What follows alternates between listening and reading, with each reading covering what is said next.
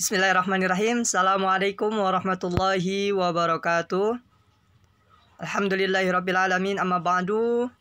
Teman-teman, adik-adik yang kakak cintai dan yang dirahmati Allah Subhanahu wa ta'ala, pada pagi hari ini insya Allah kita akan memulai pembelajaran kembali materi sejarah kebudayaan Islam. Sebelum kita memulai pembelajaran, alangkah lebih baiknya kita memulai dengan membaca ayat Bismillah. Tujuannya semoga kita semua diberikan kemudahan dalam belajar, semangat, serta keistiqomahan dalam menuntut ilmu. Ya, karena ini merupakan hal yang penting. Ya, ditambah lagi dalam keadaan yang sekarang ini. Semoga dengan adanya keadaan seperti ini, yaitu banyak hikmah serta pelajaran yang akan kita dapatkan nanti. Amin, amin ya rabbal alamin. Dengan membaca ayat Bismillahirrahmanirrahim. Bismillahirrahmanirrahim. Baik, sedikit kakak mengulang. Kemarin di bab 1, alhamdulillah kita telah menyelesaikan untuk uji kompetensi bab 1. Dan alhamdulillah juga teman-teman juga sudah kakak koreksi dan kakak masukkan ke daftar nilai. Kemudian yang kemarin di bab 1 kita mempelajari seputar watak ataupun sifat yang dimiliki oleh bangsa Arab. Ya, tentu setiap kakak ingatkan lagi, tentu setiap wilayah, setiap daerah maupun setiap negara memiliki sifat maupun watak yang berbeda-beda. Ya, tepatnya bagi mereka bangsa Arab yang sifat maupun watak yang baik sebaiknya kita contoh, kita pelajari sehingga menjadi kebiasaan di dalam kehidupan kita. Sedangkan yang jelek-jelek yang ada dalam diri para bangsa jahiliyah, ya Arab jahiliyah ketika itu sangat diharamkan atau dijauhkan. Ya, jangan sampai kita mempraktekkan atau mencontohkan sifat-sifat buruk yang dimiliki oleh bangsa Arab jahiliyah ketika itu. Baik, sekarang kita masuki bab kedua, yaitu seputar kepercayaan masyarakat Arab jahiliyah. Ya, jadi kepercayaan maupun apa yang mereka sembah ya ketika itu sebelum datangnya agama Islam. Sedikit kakak bahas ya bahwasanya Mekah yaitu adalah kota suci yang sangat disucikan oleh umat Islam di seluruh dunia, bukan Indonesia saja, namun di negara-negara Eropa, negara-negara Asia, negara-negara Afrika dan lain sebagainya. Mereka sangat memuliakan dan mensucikan Mekah ya, karena itu merupakan sebuah kebanggaan bagi kaum muslimin, bagi umat Islam di seluruh dunia. Seperti itu. Dan kota Mekah ya disebut juga dengan kota haram. Kak, kok haram sih? Ya, maksud haram di sini yaitu tanah ini haram dikarenakan tidak boleh dimasuki oleh orang-orang selain dari beragama Islam.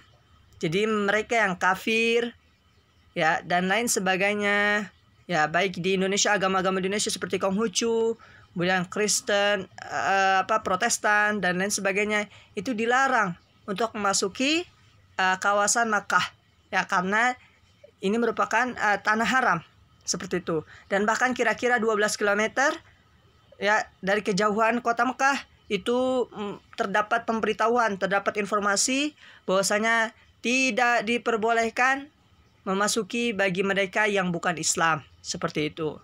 Ya, dan orang-orang selain Islam juga menghormati dan memaklumi dan sudah mengetahui bahwasanya Makkah itu merupakan tanah haram dan dilarang bagi mereka yang bukan beragama Islam, seperti itu.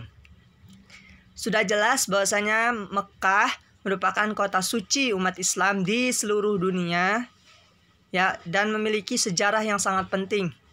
Seperti itulah. Ya, ketika itu dan Makkah itu di dalamnya terdapat Ka'bah yang seringkali kita lihat, kakak akan tunjukkan untuk. Nah, teman-teman, seperti ini. Ini adalah Mekah. Ini wilayah Mekah, dan di tengah-tengah ini yaitu Ka'bah. Ya, yang warna hitam ini adalah Ka'bah.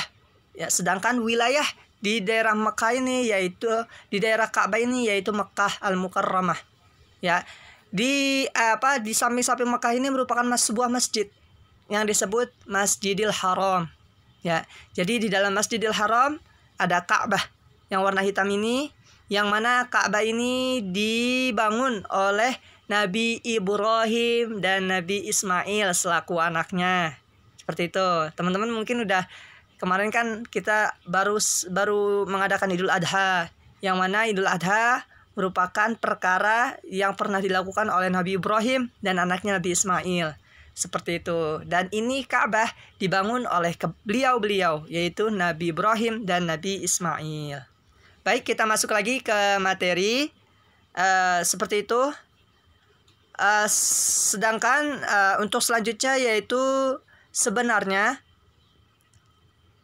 Makkah, kota Makkah, yaitu sebenarnya sudah ramai dikunjungi oleh masyarakat Arab maupun masyarakat non-Arab, maupun luar Arab, ya, dan lain sebagai Ethiopia mungkin, kemudian dan lain sebagainya. Seperti itu. Untuk apa, Kak? Baik, ada yang tujuannya untuk beribadah haji, ya, dan yang kedua yaitu tujuannya untuk berdagang. Ya, Kak, kok beribadah haji sedangkan kan Rasulullah belum diangkat menjadi nabi? Seperti itu. Nah, maksud beribadah haji ini merupakan sebuah perintah yang pernah dilakukan oleh ajaran Nabi Ibrahim alaihissalam. Ya, jadi sebelum Nabi Muhammad datang, tentu sudah ada ajaran Nabi Ibrahim dan memerintahkan untuk beribadah haji pula. Ya, dan ini yang beribadah haji merupakan pengikut Nabi Ibrahim, seperti itu. Dan ada sebagian juga yang datang ke Mekah itu untuk beristirahat di Mekah. Biasanya mereka adalah para pedagang, ya, yang pergi dari satu tempat ke tempat lain, dan mereka berhenti di Mekah disebabkan adanya kondisi yang baik, keadaan yang baik, terutama dalam sumber airnya, yaitu di Mekah karena ada sumber air yang airnya tidak pernah habis, yang disebut dengan air Zam-Zam, ya, yaitu sumur Zam-Zam, yang mana airnya tidak akan pernah kering sampai sekarang, sampai detik ini pun air Zam-Zam itu tidak pernah kering, seperti itu. Dan ini merupakan sebuah kekuasaan yang sangat besar yang harus disyukuri bagi kita sebagai umat muslim, ya, seperti itu.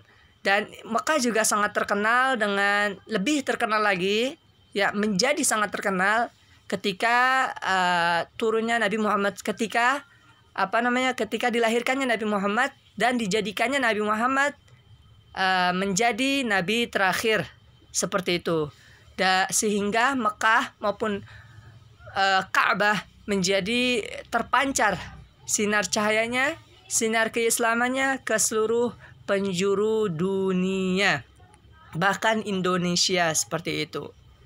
Ya, teman-teman yang dirahmati Allah Subhanahu wa taala, sedikit kakak ingatkan bahwasanya yang tadi kakak gambarkan bahwasanya Masjidil Haram, di dalamnya terdapat Ka'bah, kota Mekah terdapat Masjidil Haram, di dalamnya terdapat Ka'bah yang tadi kakak gambarkan, yang tadi kakak tampilkan, ya, seperti itu, yang mana tempat tersebut dibangun oleh Nabi Ibrahim dan Nabi Ismail, seperti itu.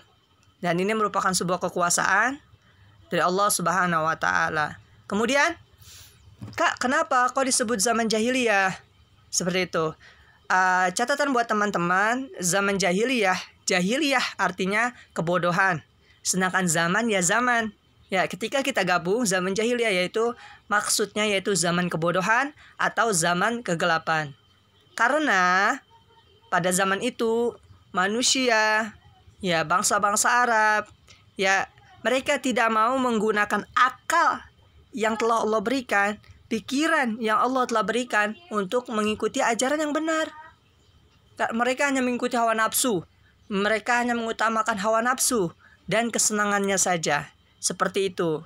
Oleh karenanya, di sini mereka disebut zaman jahiliyah karena mereka tidak mau menggunakan akalnya. Kemudian disebut zaman jahiliyah juga karena ketika itu kebanyakan bangsa Arab ya percaya kepada berhala-berhala. Berhala itu sejenis patung-patung mereka sembah.